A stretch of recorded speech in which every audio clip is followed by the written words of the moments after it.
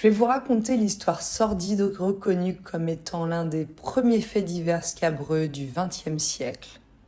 L'histoire de Blanche Poitiers, appelée également la séquestrée de Poitiers. Le 22 mai 1901, le procureur général de Poitiers apprend par une lettre anonyme que mademoiselle Blanche Monnier, 52 ans, est enfermée depuis 25 ans chez sa mère, veuve de l'ancien doyen de la faculté des lettres, dans une chambre crasseuse, dans la pénombre totale, parmi les ordures, dans un état de saleté repoussante. La ville entière est sous le choc. Mais remontons à l'origine de cette histoire et découvrons comment une telle ignominie a-t-elle pu être permise. Blanche est née à Poitiers en 1849 et elle vit une enfance heureuse aux côtés de son frère Marcel. Après de courtes études à l'Union chrétienne, elle eut des crises de mysticisme et voulut devenir religieuse. Si on se fie à ces simples faits, on pourrait se dire que son isolement était volontaire et qu'il n'y a jamais eu de séquestration.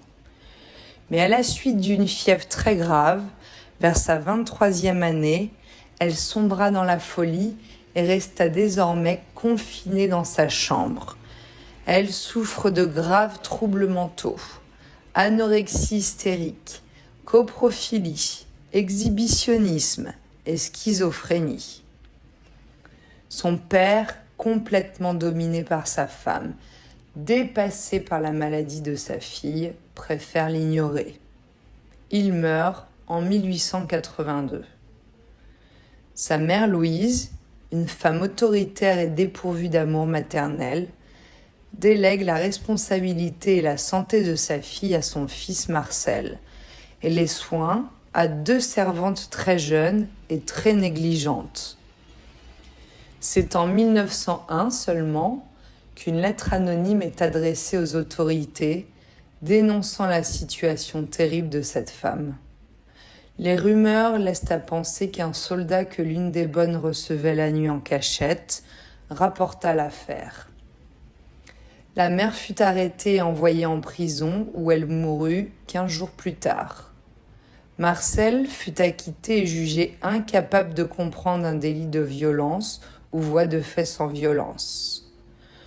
Quand Blanche fut découverte, elle ne pesait donc plus que 25 kilos et sa chevelure noire lui tombait entre les cuisses.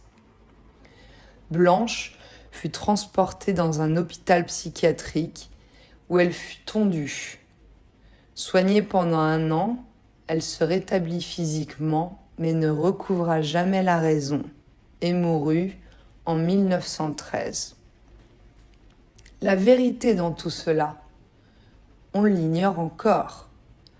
Dans un documentaire dédié à cette affaire, l'écrivaine Viviane Janoin avance la rumeur selon laquelle Blanche aurait eu un enfant d'une union clandestine avec un avocat républicain à laquelle ne consentait pas la famille Monnier qui était profondément royaliste.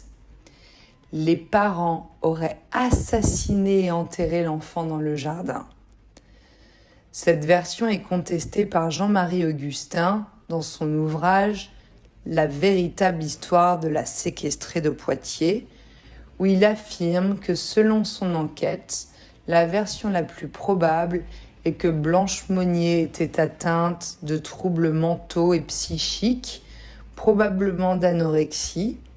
Sa mère, Louise Monnier, refusait de l'interner dans un asile psychiatrique par malveillance et par crainte de ternir l'honneur et la réputation de la famille.